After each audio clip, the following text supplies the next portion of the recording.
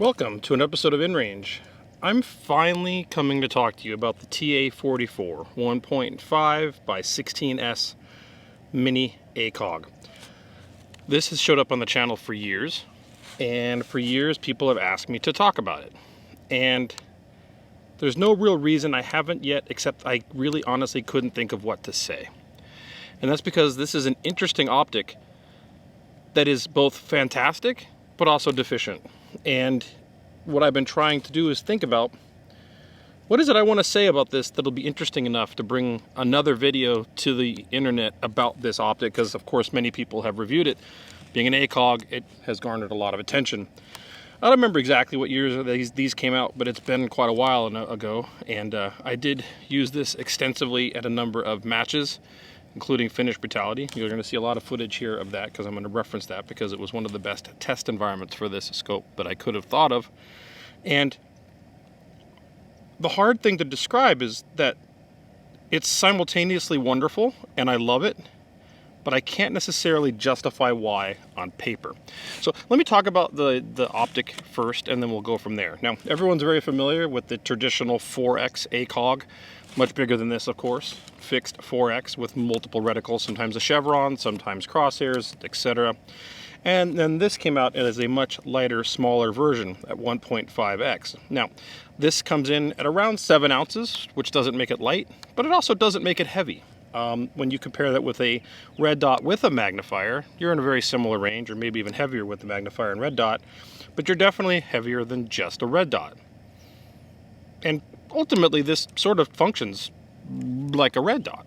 I mean, it's 1.5x, which I want to talk about more in a moment, but ultimately you bring it up, there's a circle and a dot. I have a circle dot. They also have ACSS reticles. This one's red. They also make green. I actually like the circle dot.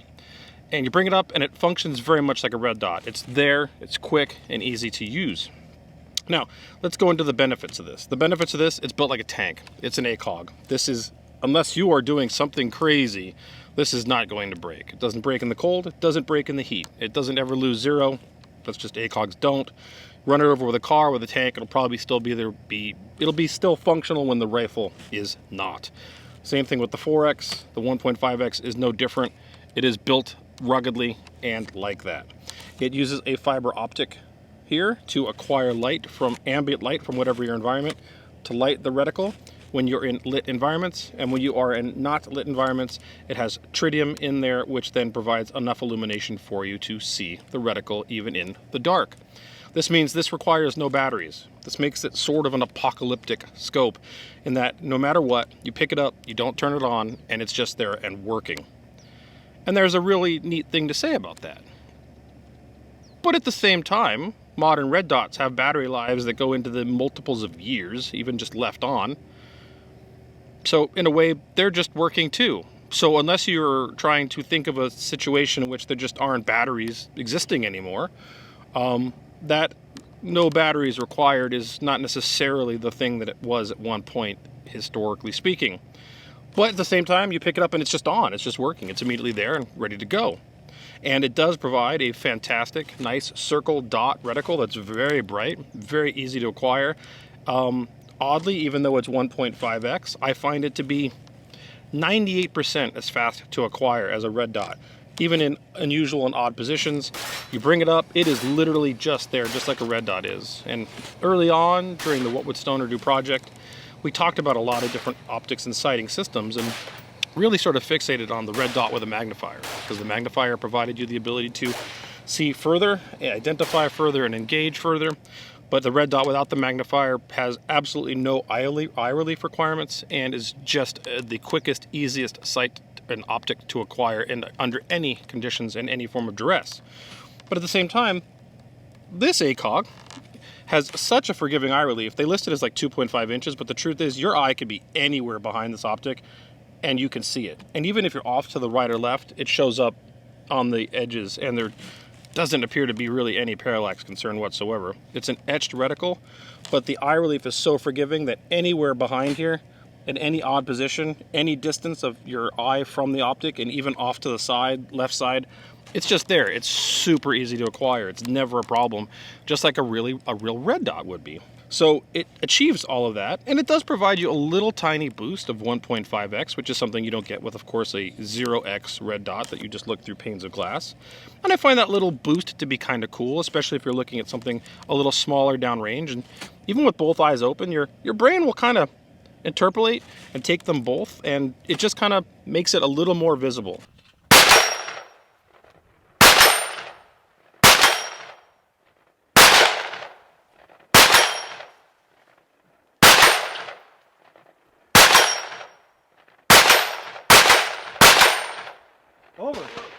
Over. It's not enough magnification to make your eyes act weird, which is sometimes difficult for me when I'm using higher magnification on one end through the other. And in fact, this 1.5x is easier to use both eyes open than many 1x LPVOs for me. I don't know why, and I can't explain it, and that's one of the reasons I've had a challenge talking about this scope. It is not good for night vision. You can't use it as a passive aiming device with night vision. The tritium inside will still blow out your NVGs. It's too bright. But then again, if you're using night vision, maybe you have some other auxiliary sighting system like an IR laser or something on your system, or maybe night vision isn't relevant to you.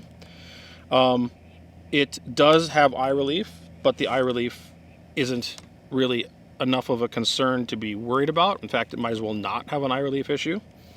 It has a field of view of only around 39 feet at 100 yards, which seems very soda straw, but at 1.5x with both eyes open, doesn't seem to be an issue. You bring it up again, it's right there, it's right on your target, and I find acquiring the target and hitting the target extremely easy with this scope. It just works. It's just easy, fast, and doesn't get in the way. In fact, it seems like it's not there at all. All you know is there's a circle and a dot, put the dot on the target, press the trigger, hit the target.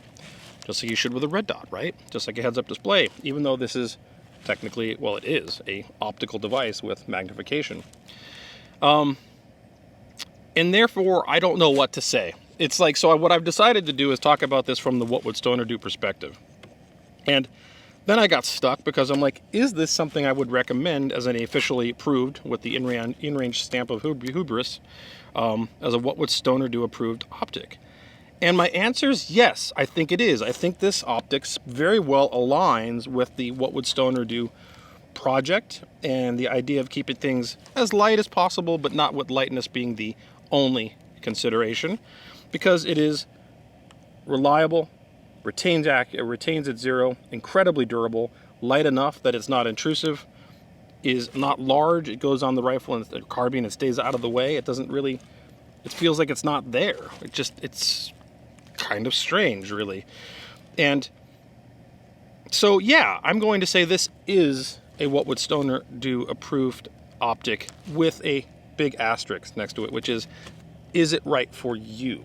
And if you're going to try to use it with passive night vision, it's not right for you. Are you concerned about every ounce of weight with the highest magnification possible? This is not for you. Are you planning to engage at targets that you need to identify, not just hit, but identify past 400 yards, 300 yards even? Then this is not for you. Then you have to be looking at an LPVO with higher end magnification or a magnifier behind a red dot. However, do you want something that's just there and working with no batteries required, and it will be there working pretty much infinitely until the tritium dies, which is quite a long ways out? Hit! Hit! Hit! Hit! Do you want something that is rugged and essentially indestructible?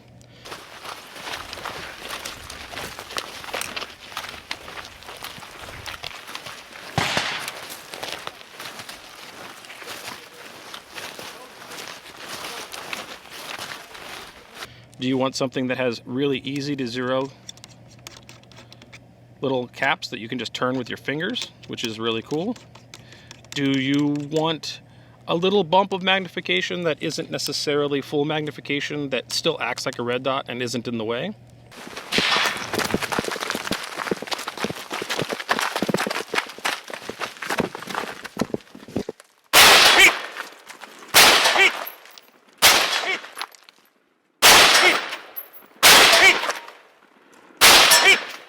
Do you have an astigmatism in which red dots flare out or look funny in your eyes? this may also be for you, because this addresses that issue, being an etched reticle on glass. That astigmatism issue that affects so many people with red dots is not present with this. Now, on the other side of that, what's your budget?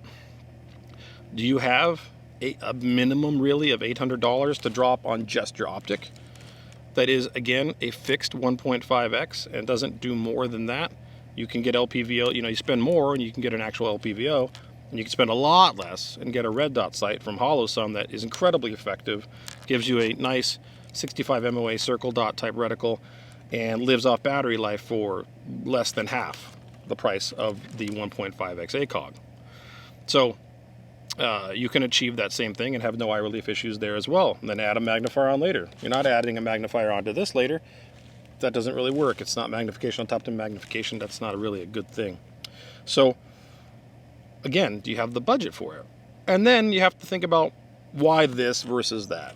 And this is why I've struggled and haven't done this video for years, because I cannot come up with a reason that says this should be the thing you choose when there's other options like HoloSun red dot sights that are less than half the price, that give you zero eye relief, have battery lives that go into the years, and are incredibly durable and functional.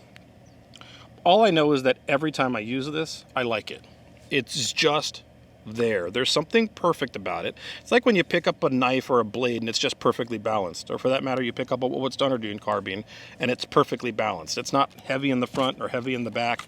The balance is right where it should be, and it feels like this precision, well-made tool. And in that regard, the 1.5x or the 1.5 by 16S ACOG, circle dot or ACSS, either or, I happen to like the circle dot, feels like that. It's like a well-made tool, perfect for the job it was made to do. And if it's right for the job you need it to do, then this is a fantastic optic, and I would absolutely approve it with the InRange stamp of hubris as an approved what would Stoner do optic. I don't have more to say than that. I really can't. There's nothing more to say. It is what it is. It does what it does, and it does what it does perfectly. Guys, I hope you like this kind of video. It's the honest truth. I don't know how else to answer this any other way. I hope you appreciate it and enjoy this. And if the ACOG is something to be in your life, then I think you'll really enjoy it. I want to let you know that this is a completely viewer-supported project. There are no funds from any sponsors. This video was not sponsored by ACOG. This is a completely viewer-supported project, proactively demonetized for years, and you can support InRange if you would like to see this kind of content via patreon.com/InRangeTV.